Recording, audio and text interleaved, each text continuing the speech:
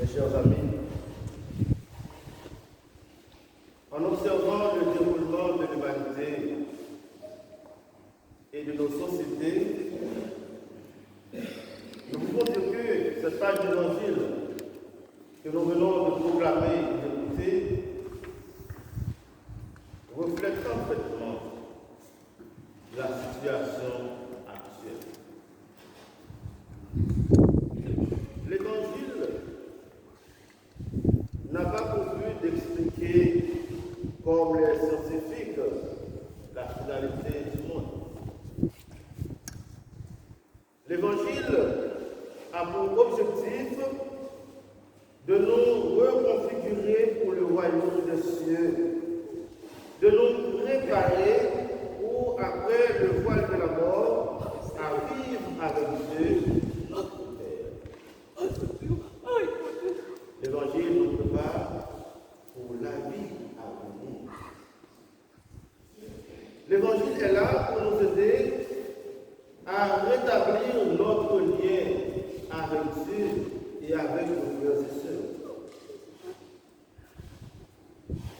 L'Évangile, pour ainsi dire, n'est pas un cours d'histoire ni de géopolitique. L'Évangile, c'est Jésus le Christ. Au cœur des circonstances de la vie, devant la misère de l'homme, devant l'inquiétude du croyant, l'Évangile est comme une réserve d'espérance. Ce qui revient à dire que là où l'homme semble échouer dans ses explications théoriques et scientifiques, la parole de Dieu vient réformater nos pensées, nos croyances, nos aspirations, nos espérances, tout en traçant un chemin de paix, un chemin de sérénité et de quiétude. L'Évangile est là pour nous dire, n'ayez pas peur. Durant ces 20 dernières années, notre monde a connu pas mal de cataclysmes, d'épidémies et de pandémies, tout proche de nous, Covid-19. On avait peur,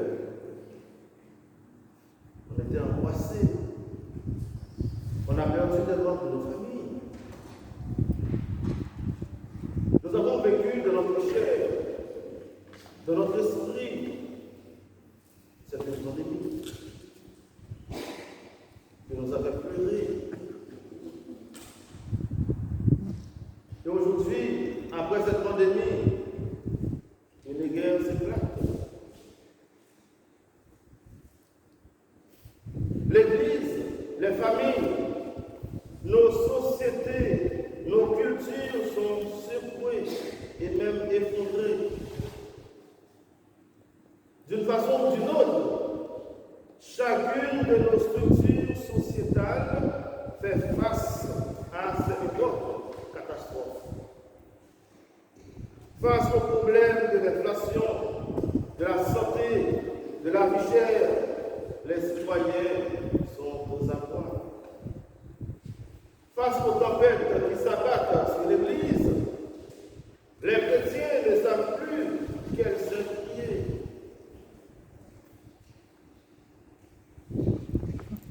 On dirait que le monde, dans toutes ses composantes, va de plus en plus. Et on ne voit pas le bout du tunnel. Malgré cette inquiétude sociétale, religieuse et mondiale, les hommes, par le biais de la technologie, font quand même de beaux progrès, de belles découvertes et de belles constructions. Cependant, en dépit des nouvelles mesures de sécurité, nous avons l'impression que la vie de l'homme n'est pas vraiment sécurisée ni assurée.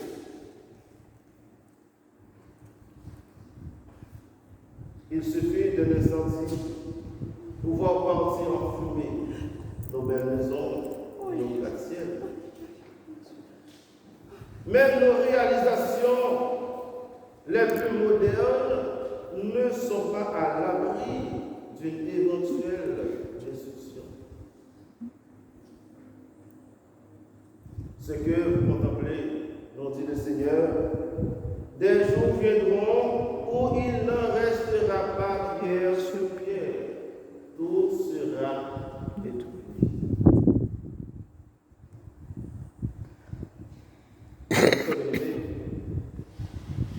L'évangile n'a pas pour objectif de nous effrayer, d'augmenter en nous la peur.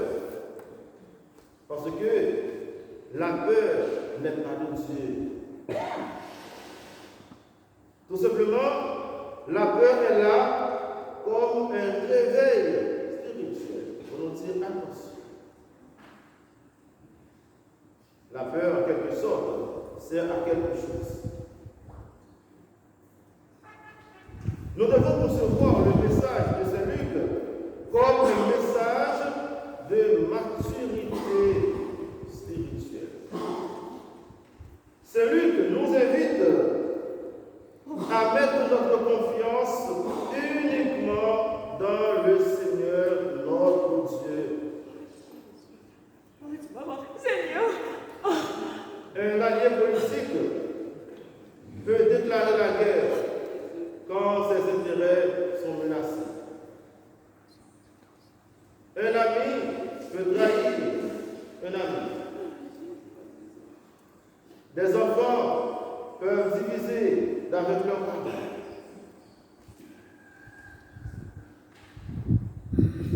Une maison, une cathédrale, même en respectant les normes de la construction moderne, peut être réduite en cendres en une fraction de seconde. En ce sens, frères et sœurs bien-aimés, il n'y a que Dieu qui est solide et indestructible. C'est en lui qu'il y a la vérité et la vraie sécurité.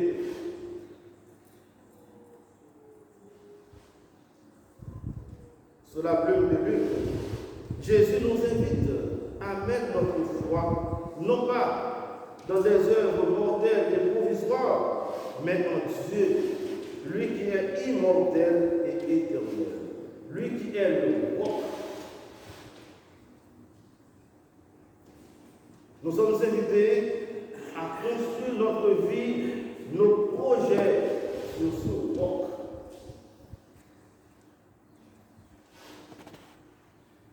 Au milieu des catastrophes naturelles, des pandémies, au milieu des persécutions, et face à la multiplication des faux prophètes, le disciple, le chrétien, le croyant ne doit pas se laisser égarer. Nous serons attaqués. Ces réalités cosmiques, sociétales et religieuses ne doivent pas nous conduire aux abîmes du désespoir et de la désespérance. Au contraire, nous devons être plus forts et plus solides. Ce Dieu en qui nous croyons est le Dieu qui tient compte même de nos cheveux.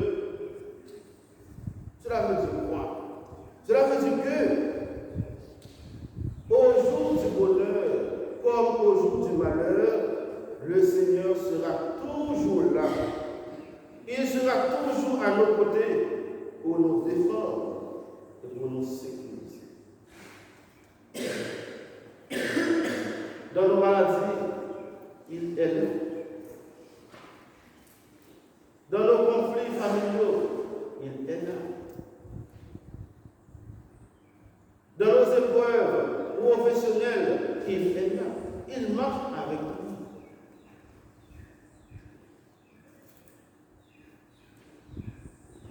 Dans cet enfant qui est malade, cet enfant qui n'est pas en bonne santé dans la famille, le Seigneur est là. Il n'est pas loin. Si on l'appelle, il va répondre. Par une vie de prière continuelle et de sanctification, notre assurance et notre sécurité intérieure sont assurées. Sœurs et frères bien-aimés, nous devons savoir que notre foi en Dieu ne fait pas de nous des épargnés des difficultés. Le disciple, le croyant, le chrétien peut être attaqué par la maladie, soit par de fausses accusations, soit par des épreuves de toutes sortes. Mais dans tout cela, mes chers amis, nous ne sommes pas seuls. Le Seigneur sera toujours là pour nous assister par son esprit et par ses anges. Les anges gardiens sont toujours là pour nous secourir. Est-ce que nous avons cette foi en Dieu? Est-ce que nous croyons cela? Est-ce que nous avons cette assurance que nous ne sommes pas seuls?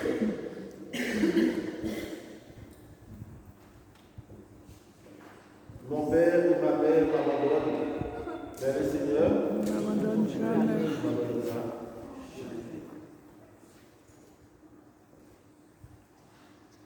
Chacun de nous,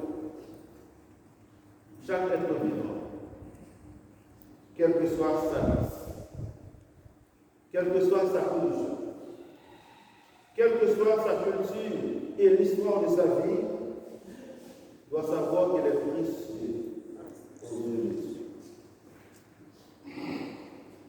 Nous qui participons à cette Eucharistie aujourd'hui, nous devons repartir avec cette sublime assurance que nous sommes des aimés et des protégés. Par l'intercession de la Vierge Marie, de Saint Joseph et Sainte Anne, demandons au Seigneur d'augmenter en nous la foi, l'espérance et la charité. À lui soit la gloire pour les siècles des siècles. Amen.